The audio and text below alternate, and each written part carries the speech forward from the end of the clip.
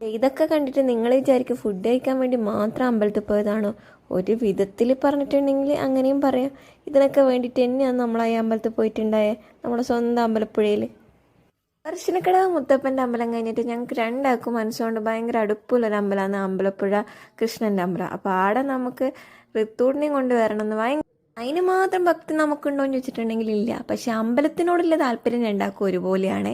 നമ്മളാടുന്ന് തൃക്കൈ വണ്ണിയെല്ലാം കഴിപ്പിച്ച് ഈ സാധനം ഋത്തൂടിന് നമ്പൂതിരി സ്പെഷ്യലായിട്ട് കൊടുത്തതാണ്. ഓൻ ആദ്യമായിട്ട് അമ്പലത്തിൽ വന്നതെന്ന് പറഞ്ഞു. അതിനുശേഷം നമ്മളൊരു 9 മണി മുതൽ ക്യൂ നിൽക്കാൻ തുടങ്ങിയിട്ടുണ്ടായി. പായസത്തിന് വേണ്ടിയിട്ടുള്ള ക്യൂ 9 മണിക്ക് സ്റ്റാർട്ട് ചെയ്യും. അത് 11 മണിക്ക് ടോക്കൺ കൊടുക്കുകയുള്ളൂ. നമ്മളാണ് ക്യൂവിൽ ഫസ്റ്റ് ഉണ്ടായത്. അപ്പോൾ 11 മണിക്ക് നമുക്ക് ആ ഒരു 160 രൂപേൻ്റെ പായസത്തിൻ്റെ ടോക്കൺ കിട്ടിയിട്ടുണ്ടായി. അത് കഴിഞ്ഞിട്ട് പിന്നെയും നമ്മൾ 1 മണി വരെ കാത്തു നിൽക്കണം. അപ്പോൾ അതിൻ്റെ ഇടയിൽ നമ്മൾ കുറച്ച് ഫോട്ടോസൊക്കെ എടുത്ത്, ഈ ഒരു പശുവിൻ്റെ കൊമ്പ് കണ്ടിട്ട് നിങ്ങൾ പേടിക്കണ്ട.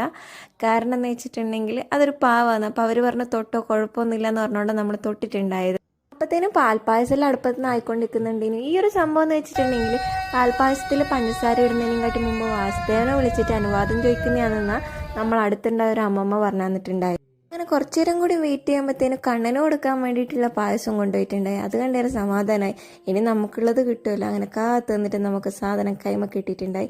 ഈ ഒരു സാധനം കൂടി സ്പെഷ്യലായിട്ട് കിട്ടിയിട്ടുണ്ടായി, പാൽ ചുരണ്ടി. ഈ ഒരു സാധനം എന്ന് വെച്ചിട്ടുണ്ടെങ്കിൽ പായസം ഉണ്ടാക്കിയിട്ട് അവസാനം കിട്ടുന്നൊരു സംഭവമാണ്. ഇതിന് വേണ്ടിയിട്ട് ആൾക്കാർ 3 മാസമെല്ലാം വെയിറ്റ് ചെയ്തിട്ട് മേടിക്കലുണ്ടെന്നാണ് പറയുന്നത്. നമ്മളവിടെ പോയി ചോദിച്ചേരോ അന്ന് വാങ്ങേണ്ട ആൾ ഉണ്ടായിട്ടില്ല. അതുകൊണ്ട് നമുക്ക് ഈ സാധനം കിട്ടിയിട്ടുണ്ടായി. ഇത് തന്നിട്ട് എനിക്ക് ഹൈപ്പ് മാത്രം ഉണ്ടെന്നാണ് തോന്നിയിട്ടുള്ളൂ. എനിക്ക് പായസമാണ് ഇഷ്ടപ്പെട്ടിട്ടുണ്ടായത്. അതിനുശേഷം നമ്മൾ വീട്ടിൽ പോയിട്ട് പായസം ബോളിയെല്ലാം നല്ലോണം തന്നിട്ടുണ്ടായി.